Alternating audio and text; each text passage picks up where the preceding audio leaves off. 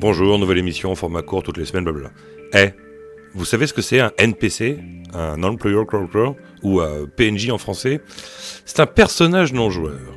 À la base, ça désigne les personnages donc qu'on croise dans les jeux vidéo, qui ont des lignes de dialogue programmées, qui répètent toujours la même chose. Mais depuis 2016, un nouveau concept a émergé des tréfonds du forum mondial 4chan.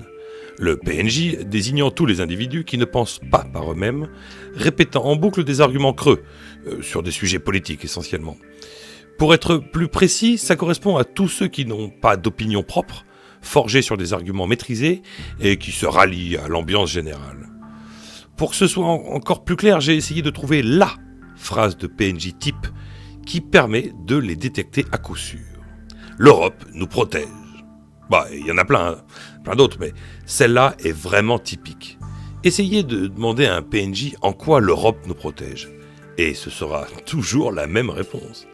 Pour faire face à la Chine et aux États-Unis. La messe n'est pas dite, le monde n'est pas condamné à vivre sous le condominium sino-américain pendant des lustres. Et après, demandez juste sournoisement, peux-tu préciser ? Il ne sait pas les porter, toujours avoir un garçon, allez, je m'énerve. Ça bafouille. Alors attention, un PNJ c'est pas quelqu'un qui n'aurait pas de connaissances politiques, non, c'est différent. C'est plutôt un individu qui va s'exprimer en utilisant des concepts creux ou non maîtrisés. Alors que c'est une vraie qualité que d'être capable de dire non, j'en sais rien, ou je connais trop peu le sujet, ou même ça m'intéresse pas. Personnellement, il y a plein de domaines que j'estime ne pas maîtriser suffisamment pour pouvoir exprimer des certitudes. Je ne sais pas. La situation au Venezuela, l'orgasme féminin, les chambres à gaz. Non, je déconne. Pour mieux cerner le concept, mettons-nous quelques instants dans la peau d'un PNJ et revivons avec lui l'élection présidentielle de 2017. Bon alors, regardons ça. Alors, déjà, pas les extrêmes. Ça fait des millions de morts.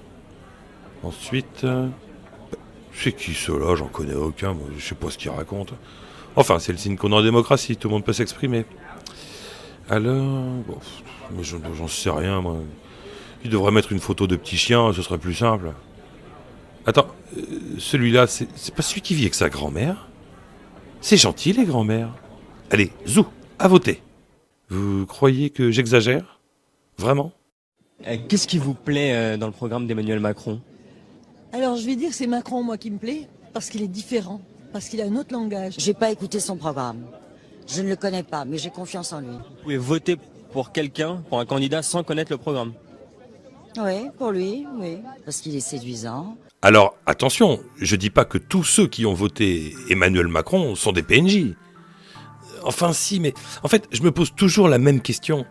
Est-ce que ces gens-là sont persuadés de détenir assez de connaissances en répétant à l'envi des formules délivrées par la sphère médiatique?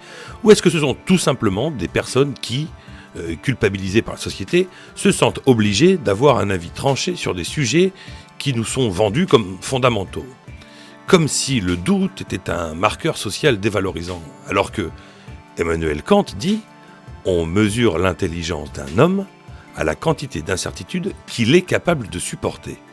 À ce stade, on pourrait m'objecter qu'on est toujours le PNJ de quelqu'un doté d'une plus grande connaissance générale. Non, mais du tout, vous avez rien compris en fait, vous êtes con ou... Non. L'idée n'étant pas d'être coupable, de détenir trop peu de savoir, mais plutôt d'établir des certitudes sur un faisceau d'informations trop menu. Celui qui peut argumenter en déployant suffisamment de connaissances sort du cadre du PNJ. Peu importe qu'il ait raison ou tort, que ce soit une pensée structurée ou non.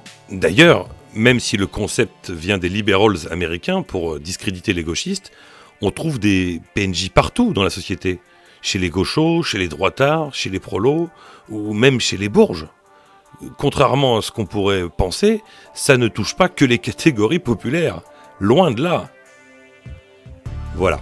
Je voulais préciser ce concept, car il est fort possible que je l'utilise dans les prochaines vidéos. Allez, à la semaine prochaine. Je suis contre.